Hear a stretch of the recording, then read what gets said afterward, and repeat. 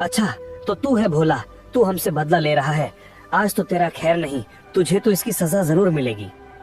अरे रुको भैया, हम इन दोनों को राजा के पास ले चलते हैं और इनको कौड़े की मार वाला सजा दिलवाते हैं। हाँ, बिल्कुल ठीक कहा लल्लन तुमने। भोला और पद्मा को दोनों भाई रात भर कमरे में बांध कर रखते हैं। सुबह होते ही राजा के पास दोनों को लेकर पहुंच जाते हैं। राजा के पास जाकर दोनों भाई ने बताया कि भोला और उसकी पत्नी ने अपराध किया है। अच्छा, तो ये बात है। देखो भीमा और लल्लन, मैंने तुम दोनों की बातें सुन ली है। तुम्हारा कहना है कि तुम्हारा छोटा भाई भोला तुम्हारा फसल को नुकसान कर दिया खेत के मेड़ को तोड़कर, और अब फल का नुकसान कर दिया पेड़ का जड़ को काटकर। कहो भोला, क्या ये सच है? तुमने ऐसा क्यों किया? महाराज, मैंने कुछ गलत नहीं किया है। खेतों की बंटवारा करते हुए मेरे दोनों भाइयों ने सभी खेत अपना नाम कर लिया और सिर्फ मेड़ मुझे दिया। अब मेरा मेड़ मेरा मर्जी, मैं तोड़ूं या रखूं महाराज, इसमें किसी को कोई आपत्ति नहीं होना चाहिए। और आम का पेड़ को तुमने जड़ सहित क्यों काट दिया? वो तो अपराध है। महाराज, जब बंटवारा हुआ था तब मेरे दोनों भाइयों ने आम से लदे हुए डाले ले गए और मुझे सिर्फ आम के पेड़ का जड़ को दिया। अब चूंकि महाराज जड़ मेरा है तो मैं काटूं या रखूं, ये मेरी मर्जी महाराज। इसमें किसी को हस्तक्षेप करने का कोई अधिकार नहीं है महाराज। चूंकि जड़ मेरा था तो मैंने इसे काट दिया। वैसे तुम्हारा भी कहना सही है। तुमने तो खूब बदला लिया है भोला। ईंट का जवाब पत्थर से। वाह भाई वाह, मान गए तुमको भोला। महाराज, आप तो भोला की तारीफ करने लगे। हमें न्याय चाहिए। मूर्ख, तुम दोनों ने अपने छोटे भाई के साथ अन्याय किया है और अभी न्याय की आस लेकर मेरे पास आए हो। इससे पहले कि मैं तुम्हें कोड़े लगवाऊं, तुम निकल जाओ यहाँ से।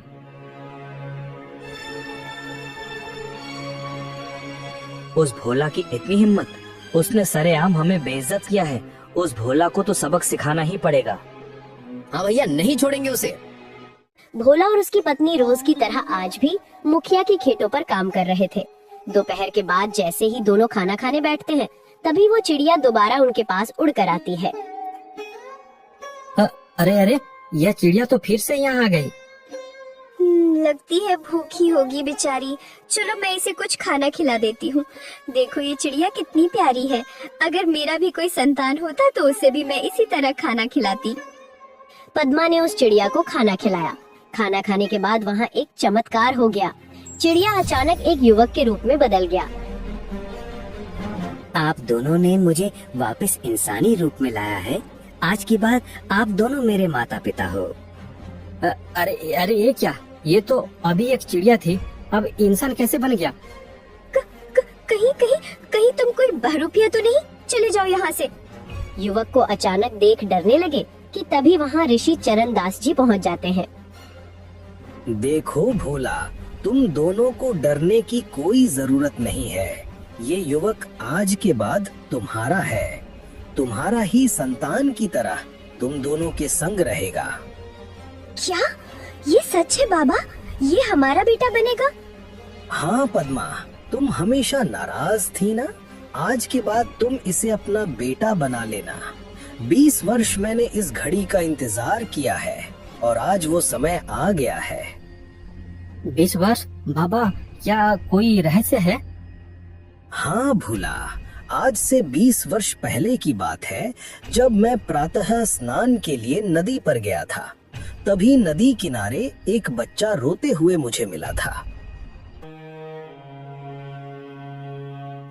अरे, ये तो किसी का बच्चा है, नदी किनारे रो रहा है। अब मैं क्या करूं?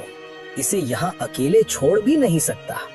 एक काम करता हूँ, इसे मैं अपने साथ आश्रम ले जाता हूँ। ऋषि चरण दास ने उस रोते हुए बच्चे को गोद में उठाकर अपने आश्रम ले आते हैं। हे ईश्वर, ये कैसी लीला है। मैं एक सन्यासी, इस बच्चे को देखभाल करना मेरी बस की बात नहीं। केवल एक माँ ही संतान का सही देखभाल कर सकती है, कोई दूसरा नहीं। ऋषि चरण जी बड़ी असमंजस में पड़ गए थे। वो दिन रात उस बच्चा के बारे में ही सोच रहे थे। समय गुजरता गया और वो छोटा सा बच्चा अब युवावस्था पर पहुंच गया। देखो बेटा माधव, मेरा भी अब उम्र होता जा रहा है। कब तक तुम मेरे साथ रहोगे? तुम्हें माँ बाप की आवश्यकता है जो तुम्हें अपना नाम देकर तुम्हारा ख्याल रख सके और तुम्हें एक परिवार का प्यार मिल सके। पर बाबा, इस मतलबी दुनिया में भला कौन मुझे अपनाएगा? यहाँ तो सगे भाई भी एक दूसरे के नहीं होते। मैं तो एक अनाथ हूँ ना। नहीं रे माधव, इस दुनिया में भले लोगों की कमी नहीं है, बुराई के बीच अच्छाई भी है, झूठ के अंधकार में सच की ज्योति भी है। आप कहना क्या चाहते हैं? मैं कुछ समझा नहीं। ऋषि चरणदास जी माधव के भविष्य को लेकर दुविधा में फंस गए थे कि उनके बाद माधव का क्या होगा, वो कहाँ जाएगा। तभी उनके मन में एक ख्याल आता है। हे परम पिता, मुझे माफ करना। मैं अपने मंत्रों के बल से माधव को एक पक्षी का रूप दे रहा हूँ, जिससे कि वो एक सही माता पिता की तलाश कर सके। भविष्य में ये पक्षी जब किसी योग्य निसंतान दंपति के संपर्क में आएगा, उसी दिन ये मूल रूप में वापस आएगा। उसके बाद वही दंपति इस बच्चे के माता पिता होंगे। इस तरह ऋषि चरणदास ने माधव को एक पक्षी के रूप में बदल देते हैं। वो पक्षी दिन भर उड़कर घूमती, खाना खाती और वापस आश्रम पर आकर रात बिताती। इस तरह माधव का कोई माँ बाप नहीं था, इसलिए इसे मैंने एक पक्षी बनाकर उसे अपने लिए एक योग्य माता पिता की तलाश करने को कहा था, और वो तुम्हें तलाश लिया। आज उसके लिए माँ बाप मिल गया है, इसलिए उसे अब पक्षी बनने की जरूरत नहीं है। भोला और पद्मा, आज के बाद ये तुम्हारा बेटा हुआ। क्या ये सच है बाबा? ये हमारा बेटा बनेगा? आपका बहुत बहुत धन्यवाद बाबा। आपने हमारे निसंतान के वर्षों के दुख को आज दूर कर दिया है। ऋषि चरणदास जी वहीं से वापस अपने आश्रम की ओर चले जाते हैं। वहीं दूसरी ओर भोला और पद्मा माधव को लेकर अपने घर आ जाते हैं। भोला और पद्मा माधव को पाकर बहुत खुश थे। लेकिन एक दिन, क्या बात है पिताजी? मैं पिछले कुछ दिन से देख रहा हूँ, आप चिंतित लग रहे हैं। अरे कुछ नहीं बेटा, मैं तो बस ऐसे ही अपने आप में खो गया था। नहीं पिताजी, मैं समझ सकता हूँ आप चिंतित हैं। आप मुझे बताइए, मैं आपकी क्या सेवा कर सकता हूँ? माधव जिद करने लगा। भोला खुद को रोक नहीं सका। उसने सारी आपबीती माधव को बताया कि किस तरह उसके दोनों भाई ने उसके साथ भेदभाव किया और घर से बाहर निकाल दिया है। अब आपको चिंता करने की आवश्यकता नहीं है पिताजी। आज के बाद मैं ही सारा काम करूँगा, आप आराम कीजिएगा।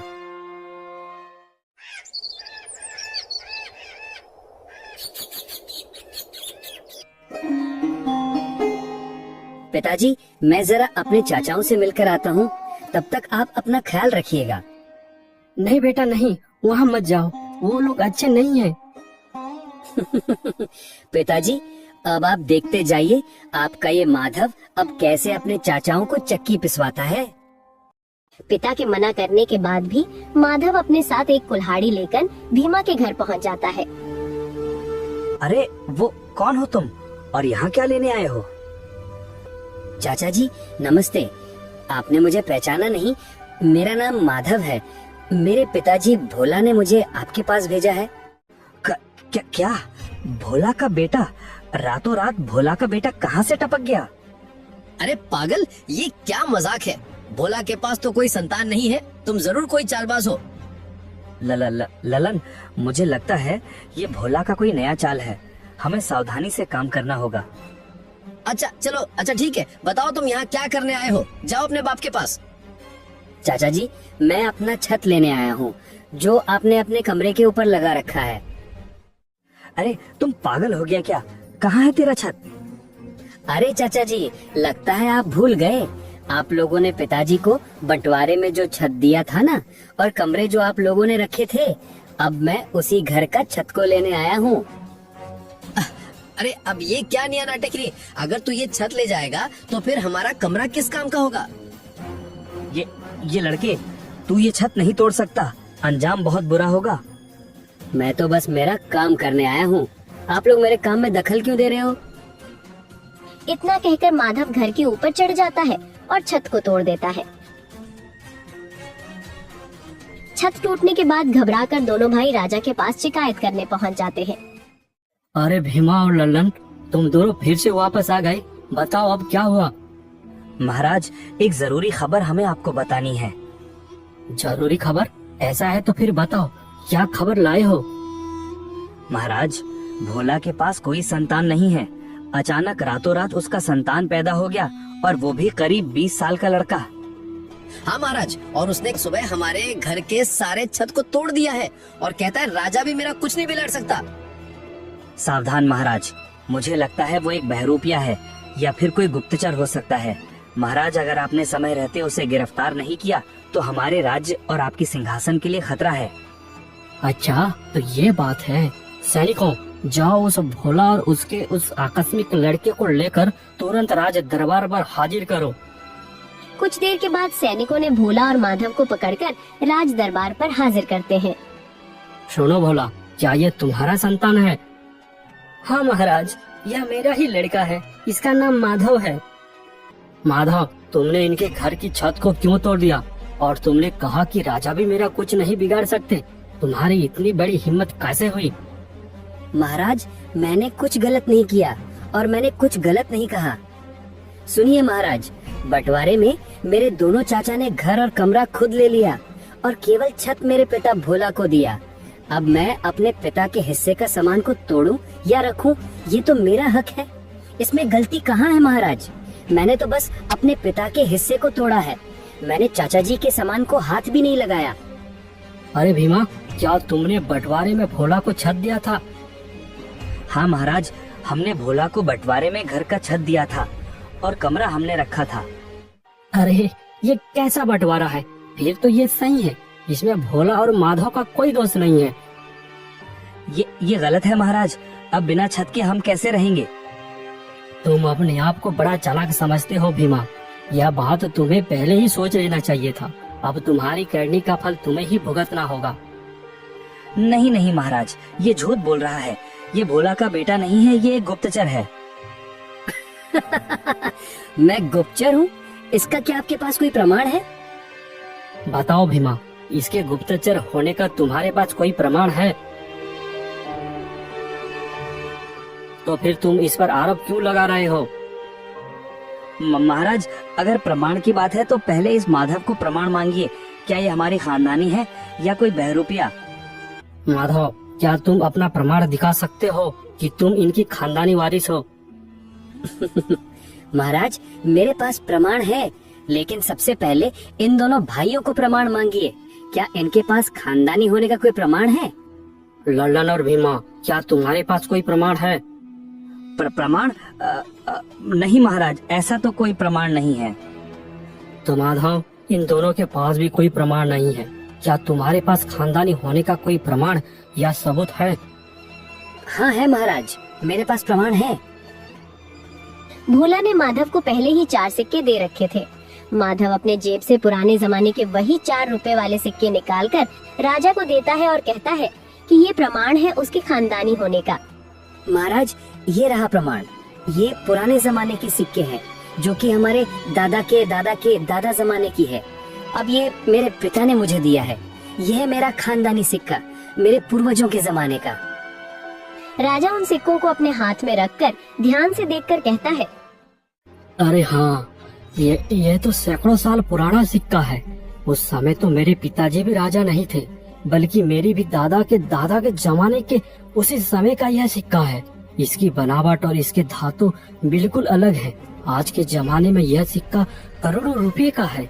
इसका मतलब यह साबित हो जाता है कि तुम ही असली खानदानी हो। अरे बेवकूफ, ये हमने क्या कर दिया?